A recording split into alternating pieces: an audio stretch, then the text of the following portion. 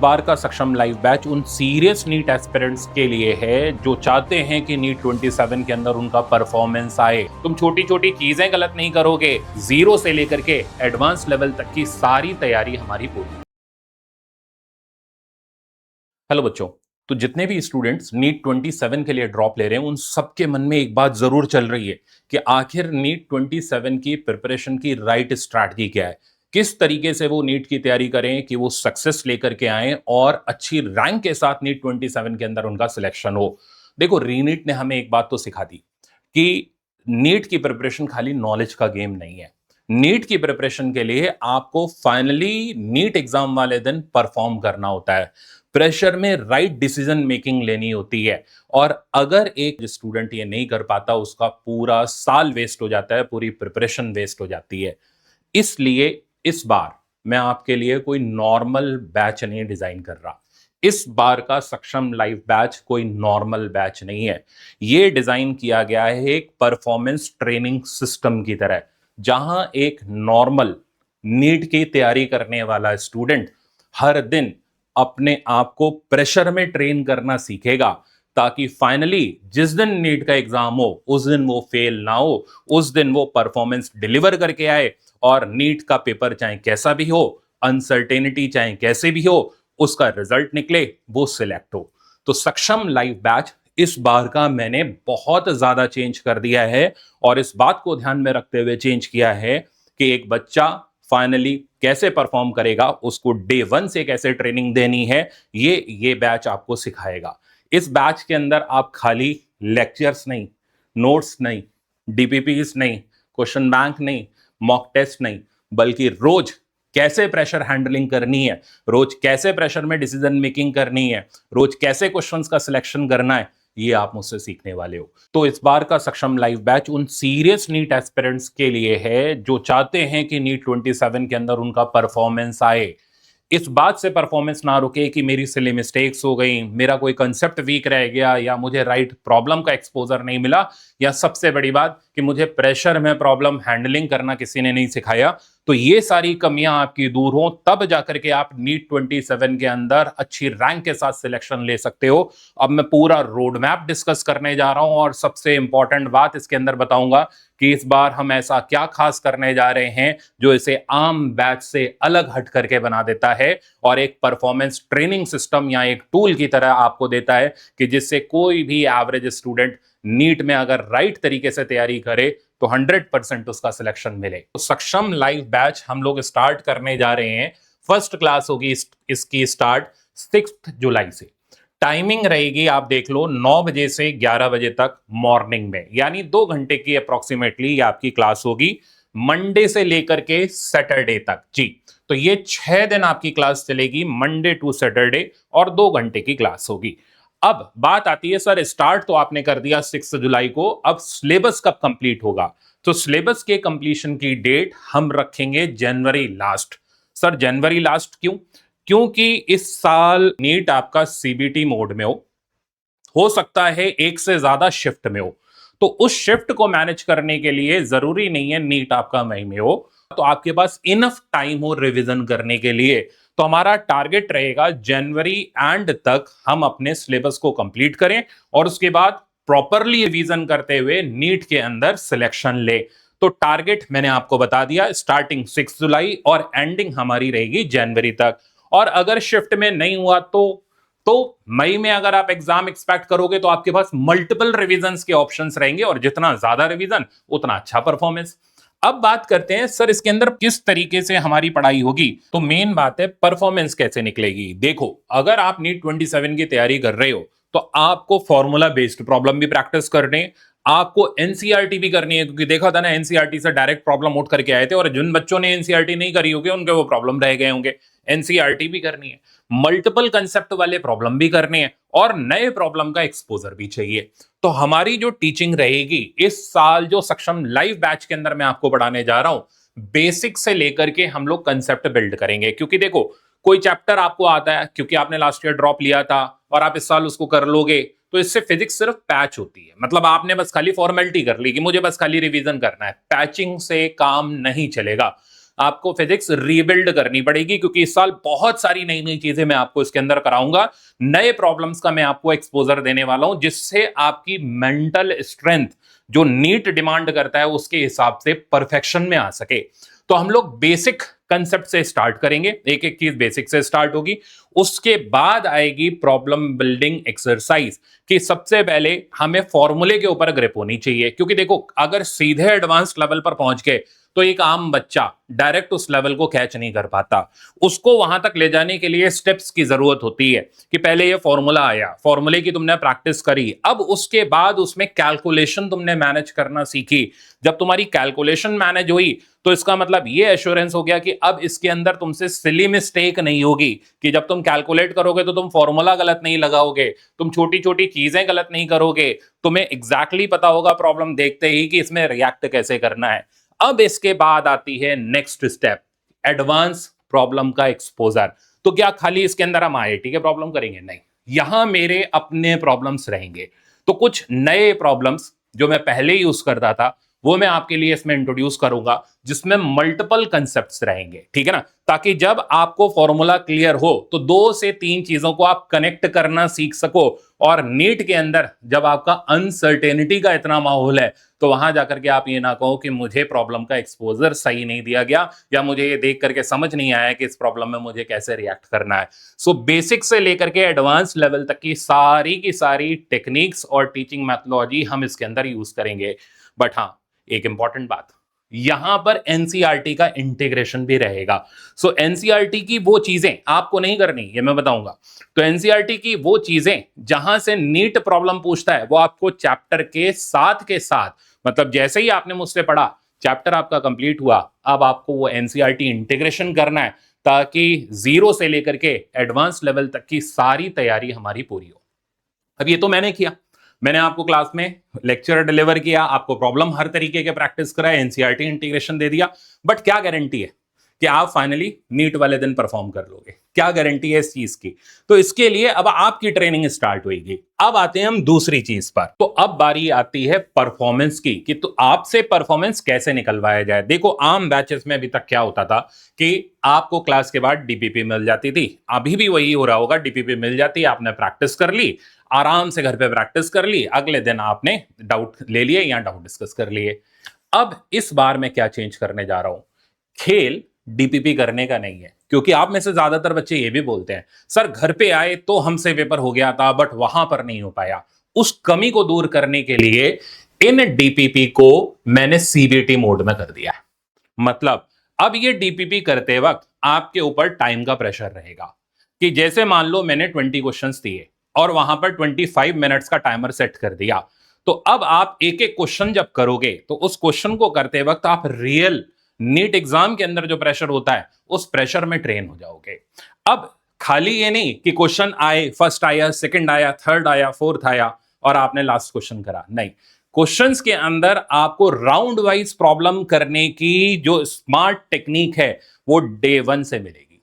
तभी जाकर के लास्ट दिन आप अपना परफॉर्मेंस डिलीवर करके आओगे।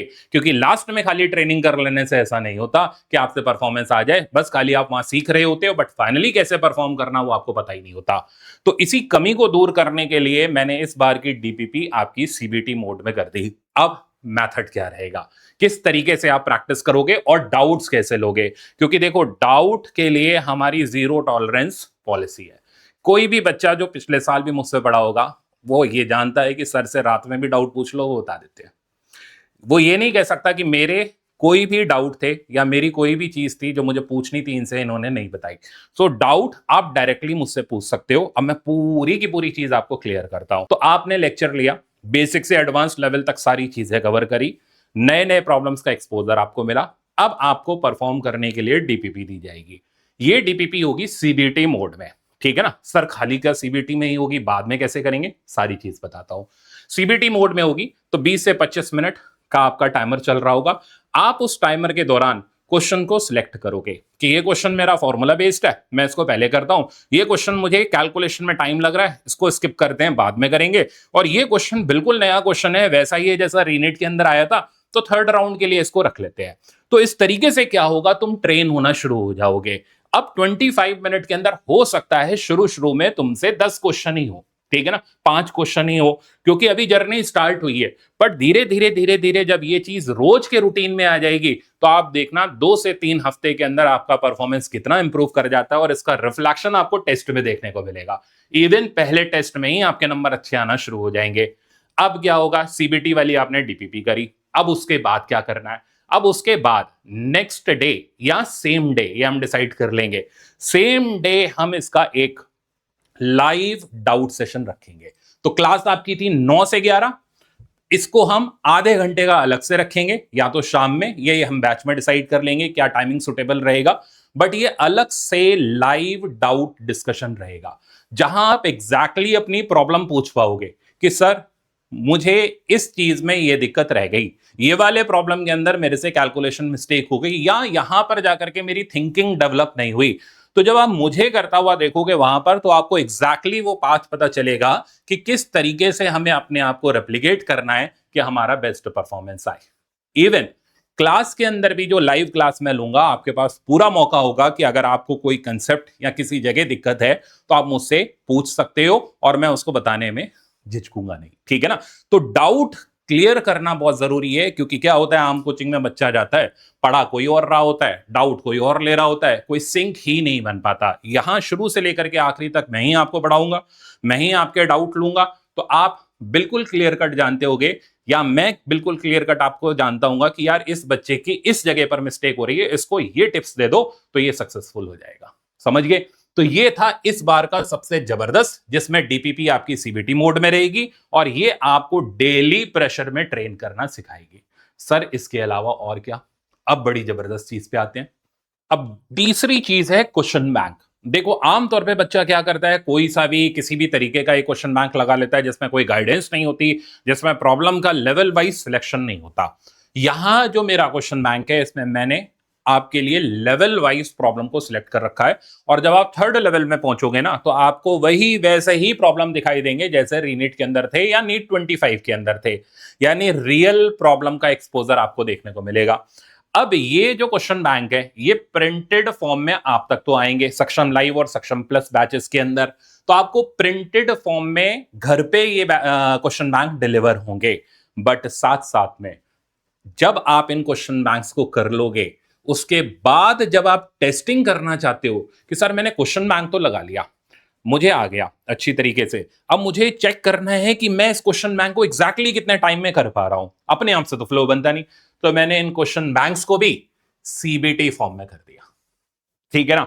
अब आप क्या करोगे, जब आपने क्वेश्चन बैंक पूरा कर लिया, तो रिवीजन के टाइम पर जब आप टेस्ट देने जा रहे हो, जब आप रिवाइज करने जा रहे हो, एक बार उस सीबीटी वाले क्वेश्चन बैंक को कर लो, तुम्हारा इतना सॉलिड कंसेप्ट हो जाएगा कि तुम्हारी जो सिली मिस्टेक्स हैं, तुम्हारे जो नए प्रॉब्लम के एक्सपोजर की दिक्कतें हैं, जो तुम कहते हो कि हमारा टाइम नहीं, हम टाइम खत्म हो गया और हमसे प्रेशर में डिसीजन मेकिंग नहीं हुई, ये सारी की सारी चीजें तुम्हारी यहां की यहां खत्म हो जाएंगी। सो दो चीज से मैंने तुम्हारा परफॉर्मेंस निकाला। पहली चीज, तुम्हें डीपीपी टाइम बाउंड तरीके से दे करके और राउंड वाइज सिलेक्शन करके, और क्वेश्चन बैंक तुम्हें सीबीटी फॉर्म में दे करके और राउंड वाइज क्वेश्चन सिलेक्ट करके। अभी भी क्या गारंटी है कि सर हमारा हो जाएगा सिलेक्शन। अब आते हैं चौथी चीज पर, जो इस बार की बिल्कुल नई चीज है, और इससे तो मैं यकीन से कह सकता हूं कि भाई तुम्हें पता चलता चला जाएगा कि यार तुम्हारा सिलेक्शन किस लेवल पर होने वाला है, सिलेक्शन नहीं होने वाला, किस लेवल पर होने वाला है। अब जो चौथी चीज है वो है इस बार के वीकली टेस्ट।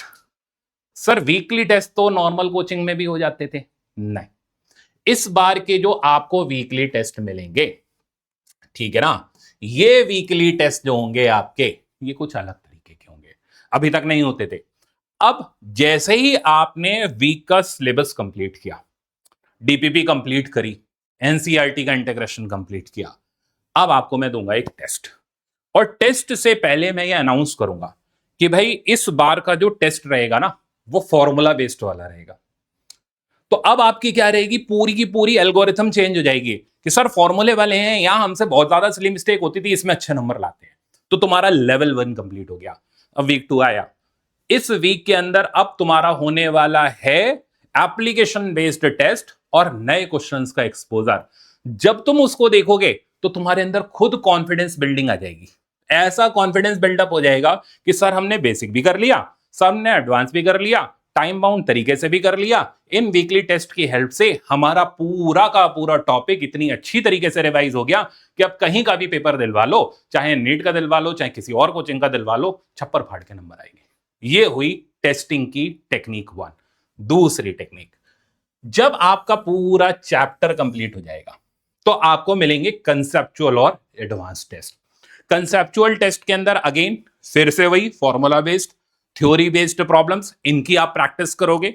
और एडवांस लेवल टेस्ट के अंदर आपको नए नए प्रॉब्लम्स का एक्सपोजर, मल्टीपल कंसेप्ट वाले प्रॉब्लम्स, मल्टीपल कंसेप्ट को कनेक्ट करने वाले प्रॉब्लम्स, कुछ ऐसे प्रॉब्लम जो लेंदी होते हैं, कुछ ऐसे प्रॉब्लम जो थर्ड राउंड के होते हैं, वो आपको एडवांस लेवल टेस्ट में देखने को मिलेंगे। इन टेस्ट की आपकी प्रॉपर एनालिसिस होगी, ठीक है ना, क्योंकि खाली टेस्ट देने से सिलेक्शन नहीं होता। टेस्ट की तुम एनालिसिस करोगे, इवन दो इस टेस्ट की भी एनालिसिस करोगे और एनालिसिस की अलग कॉपी भी बनाओगे कि मेरे से इस टेस्ट के अंदर जो क्वेश्चन नहीं हुए उनमें मेरे से क्या गलतियां हुई, ताकि नेक्स्ट टाइम उन गलतियों को रिपीट ना किया जा सके। एक बड़ी इंपॉर्टेंट बात मैंने पहले भी बोली थी, हमारा सपोर्ट सिस्टम पेरेंट्स होते हैं, तो अपने पेरेंट्स को भी इन्वॉल्व करो, उनको बताओ मेरा वीकली टेस्ट इस बार होने जा रहा है, मैं इस टेस्ट के लिए रेडी हूं। अब टेस्ट जब हो जाए तो अपनी कॉपी और अपनी मिस्टेक्स उनके साथ शेयर करो, ठीक है ना, उनको बताओ इससे क्या होगा। सर इससे तो वो प्रेशर बन जाएगा, फिर अगले हफ्ते फिर वो हमसे पूछेंगे। नहीं, तुम भूल सकते हो कि तुमसे क्या मिस्टेक हुई थी, पेरेंट्स नहीं भूलते। पेरेंट तुम्हें याद दिलाएंगे, भाई तूने पिछले वाले में सिली मिस्टेक करी थी, इस बार थोड़ा केयरफुल होकर के जाना, इस बार थोड़ा सा ध्यान देना। तो ये चीज तुम्हारे लिए सपोर्ट सिस्टम का काम करेगी। तो जब हम सब मिलकर के काम करेंगे, पेरेंट्स, मैं, आप, तब जाकर के एक ऐसा परफॉर्मेंस सिस्टम बनेगा जो एक ड्रॉपर बच्चे को नीट में सिलेक्ट कराएगा। इसलिए मैंने बोला इस बार का सक्षम बैच कोई नॉर्मल बैच नहीं है, इस बार का सक्षम बैच परफॉर्मेंस ट्रेनिंग सिस्टम है। तो इस बार का सक्षम लाइव बैच 5 मेजर पिलर्स पे टिका हुआ है। सबसे पहली चीज, बेसिक से एडवांस लेवल तक के वो लेक्चर्स जो आपको बिल्कुल नीट लेवल तक ट्रेन करके रख दें। मतलब आप, इवन मैं ये भी बोलता हूं, अगर आप IIT JEE का भी एग्जाम दो तो भी आपका हाथ ना अटके। दूसरी चीज है, आपसे परफॉर्मेंस निकालने के लिए DPPs का टाइम बाउंड तरीके से होना। तीसरी चीज है, वीकली टेस्ट टाइम बाउंड तरीके से और उसकी प्रॉपर एनालिसिस होना। चौथी चीज है, chapter wise monthly test, conceptual और एडवांस लेवल के। और पांचवी चीज है क्वेश्चन बैंक्स। और इन सब में सबसे इंपॉर्टेंट है डाउट्स क्लियर होना और प्रॉपर मेंटरशिप होना। मेंटरशिप का देखो ये मतलब नहीं होता कि बच्चे को बता दिया कि क्या करना है और कैसे करना है, नहीं। हर स्टूडेंट की प्रॉब्लम अलग होती है, तो हर बच्चे की रिक्वायरमेंट अलग होती है और उस रिक्वायरमेंट के हिसाब से उसकी दवाई अलग होती है। तो जितने भी बच्चे मुझसे पहले पढ़े हुए हैं उन्होंने अलग अलग तरीके की प्रॉब्लम्स अपनी शेयर करी हैं कि सर मेरा ये टॉपिक वीक रह गया, मुझे सजेस्ट कर दो अब क्या कर लेना चाहिए। सर मेरे इस टेस्ट में इतने मार्क्स आ रहे हैं, थोड़े से कम मार्क्स आ रहे हैं, मैं और एक्स्ट्रा क्या कर लूं कि मेरे मार्क्स इंप्रूव हो जाए। तो इस तरीके की प्रॉपर गाइडेंस और मेंटरशिप आपको पूरे साल भर मिलती रहेगी। मतलब बिल्कुल उंगली पकड़ करके मैं और आपके पेरेंट्स आपको नीट एग्जाम तक लेकर के जाएंगे, ताकि आप फाइनली, और अकेला नहीं छोड़ेंगे, डेली आपसे परफॉर्मेंस निकलवाएंगे ताकि आप वहां जाकर के क्रम्बल ना हो और आप अपना बेस्ट से बेस्ट परफॉर्मेंस दे करके आओ और ये बोल सको कि ये साल नीट की प्रिपरेशन का मेरा आखिरी साल है, इसके बाद मुझे डॉक्टर बनना है। तो अब मैंने आपको पूरी डिटेल बता दी कि किस वजह से ये सक्षम लाइव बैच पिछले बैचेस या किसी नॉर्मल बैचेस से बिल्कुल डिफरेंट है और किस तरीके से मैंने इसको एक परफॉर्मेंस ट्रेनिंग सिस्टम की तरह डिजाइन किया है। तो इस बैच को एक्सेस करने के लिए आप नीट फिजिक्स कोटा की एप्लीकेशन एंड्रॉयड और iOS पे डाउनलोड कर लो, वहां से आप इस बैच को बाय कर सकते हो और अपनी जो नीट की प्रिपरेशन है उसको ऐसा सॉलिड कर सकते हो जिसको आप ये बोल सको कि हम इस साल जो नीट की तैयारी करने जा रहे हैं ये हमारे लिए एक बेंचमार्क तैयारी है और हमें नेक्स्ट ईयर 100% सिलेक्शन मिलेगा, क्योंकि हमने हर एक एंगल से प्रिपरेशन कर रखी है। ऐसी कोई चीज़ नहीं है जो हमसे पेंडिंग रहेगी। हमारी सिली मिस्टेक्स भी कंट्रोल हो गई, हमारी टेस्ट की एनालिसिस ग्रिप में आ गई, हमें प्रेशर में क्वेश्चंस हैंडल करना भी आ गया और सबसे इंपॉर्टेंट बात, हमें उन नए प्रॉब्लम का एक्सपोजर भी मिला जो एक आम जगह पर हमें नहीं मिल पाता। तो बच्चों, ये था मेरी तरफ से पूरा का पूरा सक्षम लाइव बैच नीट 27 एस्पिरेंट्स के लिए, सिर्फ उन एस्पिरेंट्स के लिए जो सीरियसली अपनी तैयारी करना चाहते हैं और नीट 27 के अंदर एक अच्छी रैंक से पास होना चाहते हैं। तो थैंक यू सो मच, मिलते हैं हम लोग फर्स्ट क्लास में 6 जुलाई को।